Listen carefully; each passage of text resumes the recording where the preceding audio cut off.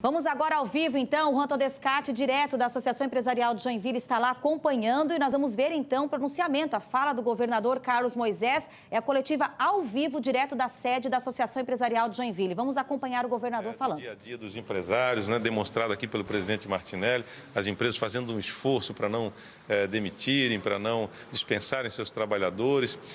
Não é vontade do governo, ações de isolamento, é necessidade pública para o enfrentamento dessa crise. Também alinhamos aqui algumas ações importantes no que diz respeito ao compartilhamento das decisões do poder público estadual com os empresários. Anunciei que no dia de ontem fizemos uma reunião com a criação de um conselho de governo, de Estado, que envolve poderes, que envolve representantes dos segmentos ali representados, da indústria, do comércio, enfim, de toda a diversidade que há na produção catarinense, para que essas pessoas possam estar dentro do governo também, com o seu olhar de fora, dizendo o que pode ser melhorado, o que pode ser corrigido, e dividir a responsabilidade, agora a partir de segunda-feira, com os municípios na gestão regionalizada do enfrentamento à Covid-19. O Estado entrega uma ferramenta aos municípios, aos 295 secretários municipais de saúde e seus prefeitos, para, como autoridades sanitárias locais,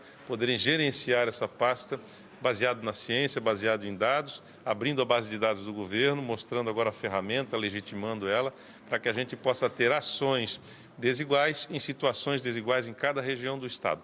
Esse foi um grande avanço. Também na noite de ontem, perto da meia-noite, assinei uma medida provisória que atende aos servidores da saúde de Santa Catarina, especialmente em remunerações que eles haviam perdido, até mesmo fruto da pandemia. Eles eram remunerados por produtividade, e essa produtividade obviamente caiu quando decretamos aí a suspensão das cirurgias eletivas, dos procedimentos ambulatoriais em todo o estado de Santa Catarina, e houve um impacto salarial nessas categorias. Então a gente está ajustando isso com medida provisória. Ontem alinhei com o presidente Júlio Garcia, o presidente da Assembleia Legislativa, conversando com ele a respeito dessa medida provisória, da importância de ser por essa via, uma vez que há necessidade, há urgência para atender esses servidores que estão à frente do combate, estão expondo as suas vidas, a sua saúde no enfrentamento à Covid-19, e são servidores que precisam ser apoiados agora no momento em que as outras atividades ambulatoriais foram suspensas e eles têm um choque, então, remuneratório. São ações do governo para que a gente possa estar alinhando com a comunidade e a região, avançando. Nós fizemos um isolamento no dia certo, no momento certo, um ato de coragem do governo. E, ao mesmo tempo, nós queremos terminar isso muito bem, conciliando a retomada econômica, dividindo a responsabilidade com tomadas de decisão daqui para frente, com todos os entes, com todos os atores, legitimando esse processo, então, de tratar os desiguais desigualmente. Fico à disposição dos senhores para perguntas. Governador, bom dia. Kleber, da NSC-TV. Uma das reivindicações dos prefeitos é com relação à volta do transporte público. O governo já tem uma data para a volta desse serviço, e se isso vai acontecer mesmo com o aumento do número de casos e de mortes registrados em Santa Catarina? Perfeito. A partir de segunda-feira, com essa ferramenta epidemiológica, cada região do estado poderá ter uma gestão inclusive dissociada do todo estadual, ou seja, não há mais um decreto dizendo está proibido o transporte coletivo. Cada região, com a ferramenta, poderá avaliar e dizer se naquela situação os números, como você bem colocou, aumento de casos, aumento de número de óbitos, se é seguro voltar ao transporte coletivo ou até outras atividades que ainda estão suspensas. Isso vai depender muito mais dos municípios do que uma ação de governo de estado? É uma ação conjunta, porque a ferramenta ela está baseada em dados que estão disponibilizados pelo governo do estado, também perpassa uma ferramenta em parceria com o Ministério Público de Santa Catarina, que tem sido um grande parceiro do governo do estado nesse enfrentamento à Covid-19, e esses dados é que vão dar consistência para a tomada de decisão regionalizada ou até mesmo local em cada município. Isso vai ficando claro na medida em que durante esta semana, desde o dia 25, segunda-feira, os secretários e seus auxiliares estão sendo treinados, estão tendo contato e conhecimento com esta ferramenta, e que a partir de segunda-feira, então, ela começa a ser utilizada. Mesma situação com relação ao retorno das aulas? Da mesma forma, hoje em Santa Catarina nós só temos 3 atividades que estão suspensas o retorno à questão do transporte, às aulas presenciais e também às reuniões de público, eventos, festas. São essas 3 atividades que estão suspensas. Todas essas atividades são contempladas na ferramenta. Governadora Ana Paula, nós estamos ao vivo no PLD. Eu queria saber do senhor se vai ter alguns novos leitos exclusivos de UTI para a Covid-19 no Hospital Regional aqui em Joinville. Sim, nós estamos agora entregando a partir de hoje mais 10 leitos, recebemos mais 10 respiradores, recebemos a informação que esse número chega a 20, de uma iniciativa local aqui também de Joinville, então nós já temos aí 20 leitos. Nós não vamos falar em número de leitos, nós queremos falar em número de leitos por 10 mil habitantes. Essa é a conta que o governo faz. E nós temos uma meta.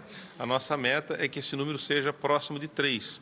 Então, 3 leitos por cada 10 mil habitantes nos dá uma margem segura em todas as regiões do Estado para que nós atuemos, então, na prevenção, ou seja, nessa assistência, né, na disponibilidade de leitos de UTI para aqueles que precisam de, eventualmente, a ventilação mecânica. Este número é um número que tem sido consensuado nas principais regiões, principalmente na Europa, enfim, que tiveram sucesso no combate à pandemia e que não tiveram o seu sistema de saúde colapsado. Governador, Juan Todescati, da NDTV. Nas últimas semanas, a gente exibiu uma série de reportagens sobre a questão relacionada a compras no Porto de São Francisco do Sul. A suspeita, inclusive, de superfaturamento em alguns contratos ali. Toda a diretoria saiu, inclusive agora o Lucas Esmeraldino mudou de secretaria. Como é que o senhor se sente em relação a essa questão do Porto, e inclusive a sua relação com o Lucas Esmeraldino, que é tão antiga, e você perdeu um pouco de confiança nessa questão dos indicados pelo Lucas Esmeraldino? Bom, essa construção do Porto de São Francisco foi uma construção feita a partir da SC Par. É a nossa empresa que faz essa gestão dos portos de Laguna, o Terminal Pesqueiro, o Porto de Imbituba e também aqui São Francisco do Sul. As pessoas trazem para a sua relação de convívio as pessoas que eles conhecem. Se houve alguma irregularidade, isso deve ser apontado a partir de avaliações, enfim. Tão logo a gente detectou algumas situações que não deveriam acontecer no Porto de São Francisco, a gente determinou, assim como o governo faz isso, né? Determinamos a suspensão de contratos, determinamos que algumas licitações não fossem homologadas.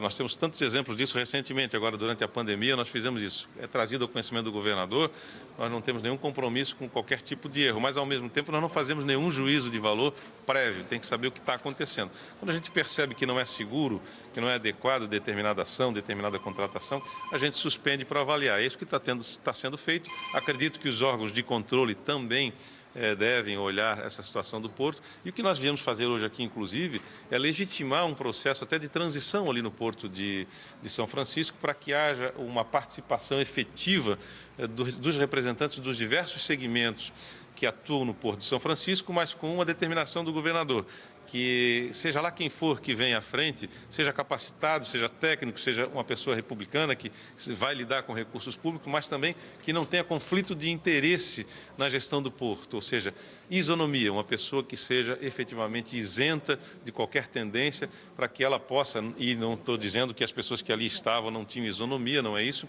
mas dizer que essa nova escolha também participa com a sociedade, essa aproximação, para que a gente legitime um nome que traga bons resultados, porque esse equipamento é extremamente importante para a região.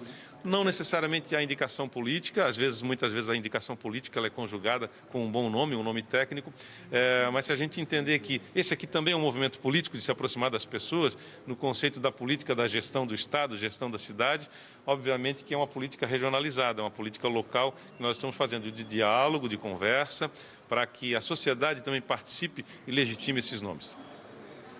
Governador, Jovem Pan. As palavras do governador Carlos Moisés, falando sobre a questão do porto aqui de São Francisco do Sul. E o grande destaque é a contratação técnica. Essa é a promessa do governador Carlos Moisés, uma contratação técnica para o Porto de São Francisco do Sul. A gente segue acompanhando a entrevista coletiva. Dentro de uma metodologia. Essa metodologia é muito mais abrangente, ela não vê só o contágio, a taxa de transmissibilidade, o número de óbitos, mas vê também a disponibilidade de leitos, o aumento, o tipo de curva que se apresenta. Tá, então, para resumir, né, a fala do governador, essa última parte é importantíssima demais, porque a gente está trazendo reportagens exclusivas sobre a situação da SCPar em São Francisco do Sul e até então, no Porto de São Francisco, o governador não tinha falado oficialmente, então aí ao vivo ele trouxe, né, esse fato da parte técnica, como o Juan falou.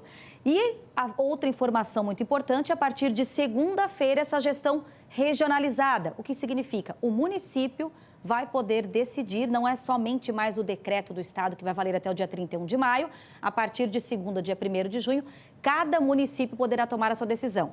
Transporte coletivo, situação até de eventos, né, como ele falou ali, o governador, e também a situação de aulas, escolas, que hoje a gente pode elencar que estão entre as 3 maiores discussões em Joinville e na região também, é aguardar agora que os municípios da nossa região vão tomar atitude, claro, tudo isso com acompanhamento técnico diante dos números e os dados do coronavírus aqui na cidade.